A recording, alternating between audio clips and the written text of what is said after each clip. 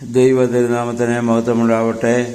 Bible reading പ്രോഗ്രാമിൽ സംബന്ധിക്കുന്ന ഏവർക്കും കർത്തൃനാമത്തിൽ സ്നേഹവന്ദനം. അപ്പോസ്തലനായ പത്രോസ് ശ്ലീഹായുടെ രണ്ടാം ലേഖനം 2-ാം അധ്യായം. ഈ 2-ാം അധ്യായത്തിൽ വ്യാജ ഉപദേഷ്ടാക്കന്മാരെ കുറിച്ചാണ് പത്രോസ് ശ്ലീഹ ഇവിടെ പറയുന്നത്.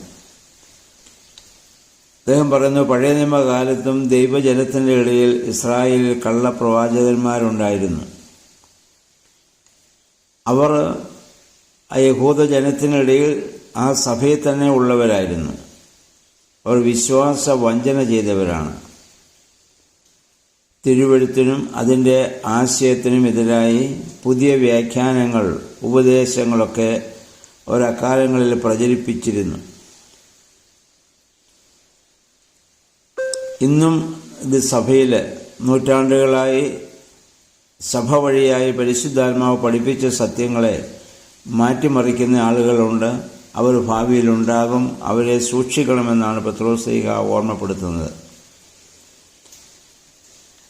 2-3 വാക്യങ്ങളിൽ അവരുടെ പ്രവൃത്തി മുഖാന്തരം സത്യമാർഗത്തിനും സഭയ്ക്കും നാശം ഉണ്ടാകുമെന്ന് അദ്ദേഹം മുന്നമേ തന്നെ പറയുന്നു. അവരെ അനുഗമിക്കാൻ ധാരാളം ആളുകളുണ്ടാകും. അങ്ങനെ സഭ അവഹേളിക്കപ്പെടും. അവരുടെ വചനങ്ങളൊക്കെ അസത്യമാണ്.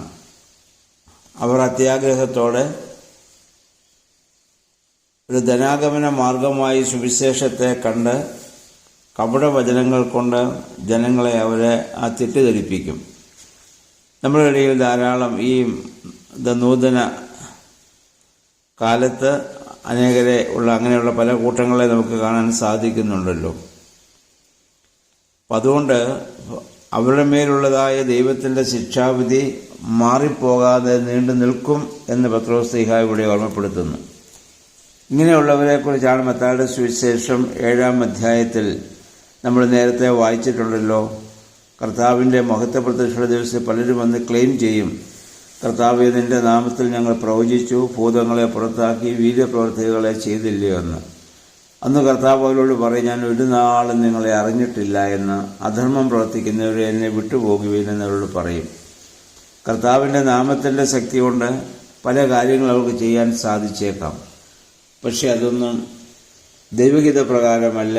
അവരെ അധർമ്മം പ്രവർത്തിക്കുന്നവരെന്ന് കർത്താവ് പറയുമെന്ന് മുന്നമേ തന്നെ നമ്മുടെ കർത്താവ് തന്നെ പറഞ്ഞിട്ടുണ്ട്. പ്രവാചകന്മാർക്കും അതുപോലെ തന്നെ ഉപദേഷ്ടാക്കൾക്കും ആദിമസഭയിൽ വലിയ സ്വാധീനമുണ്ടായിരുന്നു. ആ സ്വാധീനം അഹങ്കാരത്തിലേക്കും അധികാരികളോടുള്ള എതിർപ്പിലേക്കും അവരെ പ്രേരിപ്പിച്ചിട്ടുണ്ട്. അവരുടെ മേൽ വലിയ ശിക്ഷാവിധിയും ഉണ്ടാകുമെന്ന്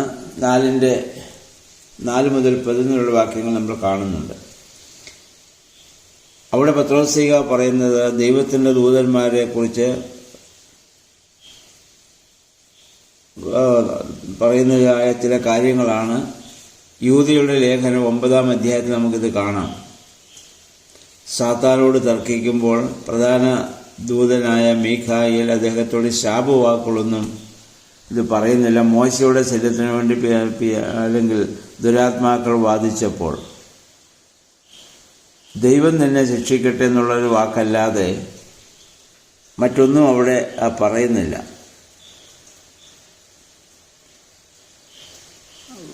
എന്നിട്ട് ഇത് പിന്നീട് ഉൽപ്പത്തി 6-ന്റെ 1 മുതൽ 4 വരെയുള്ള ഭാഗങ്ങളും നോഹയുടെ കാലത്തും അനീതി പ്രവർത്തിച്ചവരോടുള്ളതായ ദൈവത്തിൻ്റെ ശിക്ഷ അദ്ദേഹം ഇവിടെ ഓർമ്മപ്പെടുത്തുകയാണ്. അതുപോലെ തന്നെ സൊദോം ഗൊമോറയിലെ ആ പാപത്തോടും ദൈവം ക്ഷമിച്ചില്ല, അവരെ ദൈവം ശിക്ഷിച്ചു. എന്നാൽ ആ കാലത്ത് തന്നെ അതിനകത്ത് നീതിമാനായ നോഹിനെയും ലോത്തിനെയുമൊക്കെ ദൈവം രക്ഷിച്ച സംഭവം ഇവിടെ ഓർമ്മപ്പെടുത്തുന്നുണ്ട്. ഈ 2 സംഭവങ്ങളും ഭാവിയിലെ ദുഷ്ടന്മാർക്കുണ്ടാകുവാൻ പോകുന്ന ശിക്ഷയുടെയും നീതിമാന്മാരെ ദൈവം സംരക്ഷിക്കുമെന്നുള്ളതിൻ്റെയും ഒരു സൂചനയായി കാണാവുന്നതാണ്.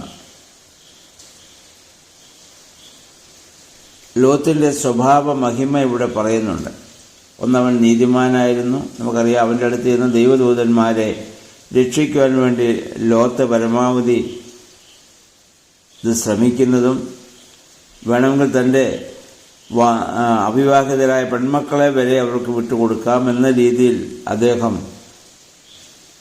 അവിടെ ആ സോദോമിലെ ആളുകളോട് സംസാരിക്കുന്നതും, കാരണം തൻ്റെ അടുത്ത് വന്ന ആ ദൈവദൂതന്മാരെ രക്ഷിക്കുന്നതിന് വേണ്ടി അത്രമാത്രം ആഗ്രഹിച്ച ഒരു നീതിമാനായിരുന്ന അദ്ദേഹം. അതുപോലെ തന്നെ അധർമ്മികളുടെ അശുദ്ധമായ ജീവിതം ഓർത്ത് മനംനൊന്ത് ജീവിച്ചയാളുമാണ്. ഈ രണ്ട് സംഭവങ്ങളിലും ഇത് നോഹയുടെയും ലോത്തിൻ്റെയും സംഭവത്തിൽ നിന്ന് രണ്ട് കാര്യങ്ങൾ വ്യക്തമാണ്. പ്രതിസന്ധി ഘട്ടങ്ങളിലും ആ പാപം ചെയ്യാതെ ദൈവത്തോട് ചേർന്ന് നിൽക്കുന്ന ഭക്തന്മാരെ കഷ്ടതയിൽ നിന്ന് ദൈവം രക്ഷിക്കുമെന്നും ദുഷ്ടന്മാരെ ദൈവം ശിക്ഷിക്കുകയും ചെയ്യുമെന്ന് ഈ രണ്ട് സംഭവങ്ങളിൽ നിന്ന് നമുക്ക് വ്യക്തമാണ്. ആ ദുഷ്ടന്മാരെ ശിക്ഷിക്കാൻ കാരണം അവർ അശുദ്ധമായ ആഗ്രഹത്തോടെ ജഡമോഹങ്ങളിൽ മുഴുകി അവർ ജീവിക്കുന്നവരാണ്. കർത്താവിൻ്റെ കൽപ്പനകളെ അഹങ്കാരത്തോടെ നിന്ദിച്ചുകൊണ്ടിരിക്കുന്നവരാണ്. ഇനി അതിൻ്റെ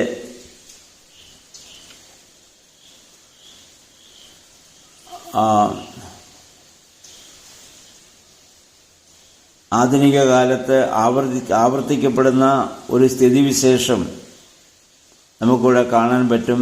ദൈവത്തിൻ്റെ ആ വചനങ്ങളെ ദുർവ്യാഖ്യാനം ചെയ്ത് അതനുസരിച്ച് തങ്ങളുടെ കീഴിലുള്ളവരെ വഴിതെറ്റിക്കുന്നതായ ഒരുപാട് വ്യാജ ഉപദേഷ്ടാക്കന്മാരെ നമുക്ക് ഇക്കാലത്തും കാണാൻ സാധിക്കുന്നുണ്ട്. അവര് തങ്ങൾക്ക് വലിയ അറിവില്ലാത്ത കാര്യങ്ങളെക്കുറിച്ച് അവരുണ്ടല്ലോ ദൂഷണം പറയും. എന്നാൽ അതിനു മുൻപുള്ള പിതാക്കന്മാർ ആ കാര്യത്തെക്കുറിച്ച് എന്തു പറഞ്ഞുവെന്ന് അവരാരും നോക്കുന്നില്ല.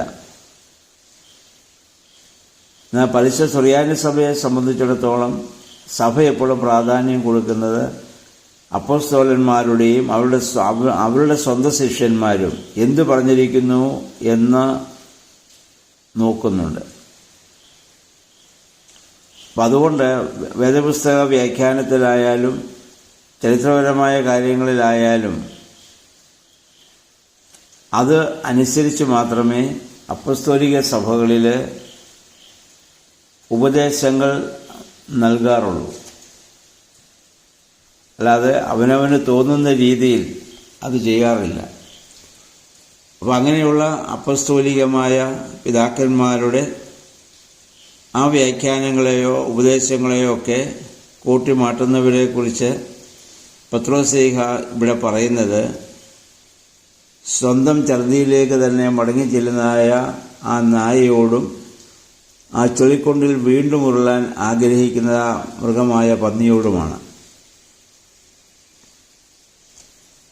ഇനി 15-ാം വാക്യത്തിൽ അവർ മാതൃകയായി എടുത്തിരിക്കുന്ന ബയോറിന്റെ പുത്രനായ ബലിയാമിനെ കുറിച്ച് ഇവിടെ പറയുന്നു. സംഖ്യാപുസ്തകം 22-23 മുതലുള്ള ഭാഗത്ത് അയാളുടെ ചരിത്രം നമുക്ക് കാണാം. അദ്ദേഹം എന്താ ചെയ്യുന്നത് ചോദിച്ചാൽ ശരിയായ മാർഗത്തിൽ നിന്ന് ഇത് തെറ്റി തിന്മ ചെയ്ത് ആദായമുണ്ടാക്കുവാൻ ആഗ്രഹിച്ചവനാണ്. ദൈവത്തിൻ്റെ നാമത്തിൽ അങ്ങനെ ദൈവനാമം അതിനുവേണ്ടി വിനിയോഗിച്ച ഒരു മനുഷ്യനാണ്. ആയതുപോലെ ആണ് ഇതുപോലെയുള്ള ഉപദേശങ്ങൾ നൽകുന്ന, അതുകൊണ്ട് ആദായമുണ്ടാക്കാൻ ശ്രമിക്കുന്ന ആളുകളെക്കുറിച്ച് പത്രോസ്ലീഹ പറയുന്നു. അത് പത്രോസ്ലീഹയുടെ കാലത്ത് അങ്ങനെയുള്ളവരുടെ പ്രവർത്തനങ്ങൾ ആരംഭിച്ചു. ഇന്ന് ആധുനിക ലോകത്ത് അത് വളരെയേറെ ശക്തമായിക്കൊണ്ടിരിക്കുന്നു. അവരെ നമുക്ക് തിരിച്ചറിയാൻ സാധിക്കേണ്ടതാണ്. 20-21 വാക്യങ്ങളിൽ അത് നമ്മൾ സത്യക്രിസ്തു വിശ്വാസികൾ എല്ലായ്പ്പോഴും സ്മരിക്കേണ്ട വാക്യങ്ങളാണത്.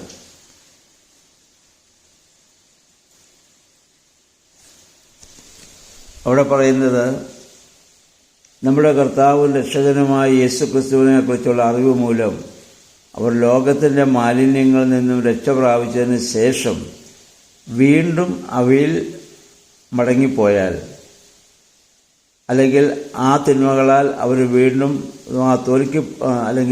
തോൽപ്പിക്കപ്പെടുന്ന സാഹചര്യം അവർ മുഖാന്തരമുണ്ടായാൽ അവരുടെ അന്ത്യസ്ഥിതി ആദ്യത്തിനേക്കാൾ വളരെ മോശമായിരിക്കും.